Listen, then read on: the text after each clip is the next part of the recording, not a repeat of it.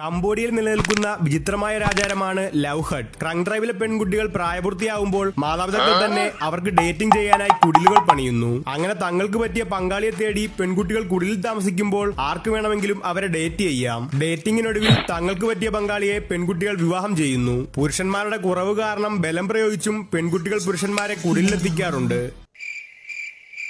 ഇങ്ങനൊരു വാർത്ത ഞാൻ ഓരോ ഇതിനു മുന്നേ കേട്ടിക്കണ്.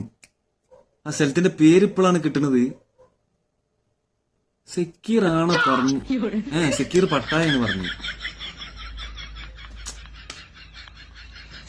കംബോഡിയിലെ കംബോഡി